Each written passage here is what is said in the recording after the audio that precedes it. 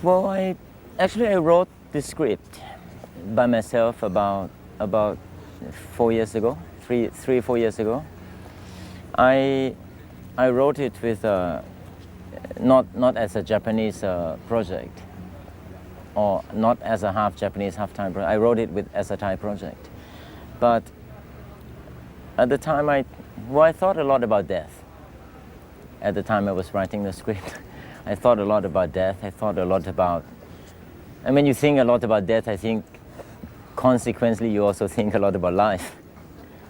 You know, I felt that the world was moving really fast, and I got very tired, you know, and I was traveling a lot with at that time I just finished my second film. It went to festivals and things, and I thought a lot about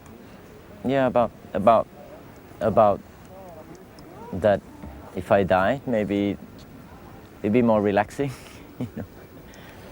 So that was the first idea, and I talked to a few people, you know, about this, and I felt that a lot of people felt the same way. My editor and I, when we edit the film, it's such a difficult film to edit, first of all. But I don't know, I told her that this time I really want to make a film where every single shot is important to the film. So if you put in a shot that is not important to the film, if you can take a shot out and the film can still play, then I don't want that shot. I want every. So what that means, also meaning that every title you put in, a title is also a shot. So we don't want to do it like, you know, you have something, you put title on top of it and things. So we treated the title of the film as shots. Even the credits, we treat them as shots. And so we felt this shot should come here, you know, and that's why the title of the movie comes so late in the film, because we didn't treat it as a title.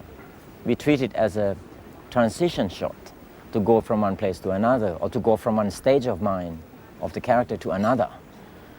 So I didn't even care there was a title. Well, I spend a lot of time alone, and I have very few friends. I know a lot of people, but I spend a lot of time alone, and it's important for me to be alone.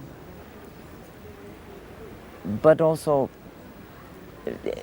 you know, I think that nowadays the world is so small, because everyone is using a Macintosh. Everyone listens to music on the iPod.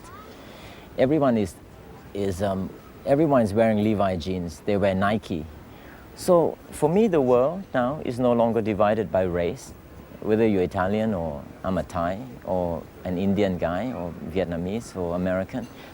But I think the world now is divided by people who have a certain sense.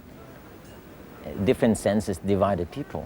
I'm sure if this film plays in Somalia, there will be some people who could identify with it. So the world is no longer divided by passports, you know, what kind of passports you carry, but rather what kind of senses you have, what kind of taste you have, you know. And if you talk to these people in Somalia who likes this film, I'm sure it's likely that they'll be listening to the same kind of music you listen to. They'll be listening to Tom Waits, to Nick Cave. So people now is no longer Italian or Thai or English or American, but it's the people who have this kind of sense, that kind of sense, that kind of sense. Absolutely. Can we say also that in a way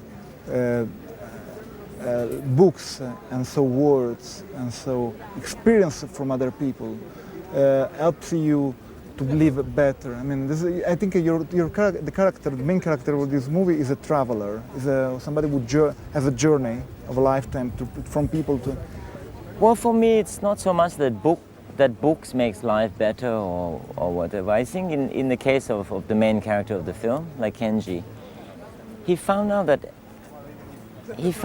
at the end, he feels that if you're a bit more relaxed, if you don't take life too much extreme, maybe life is better to live.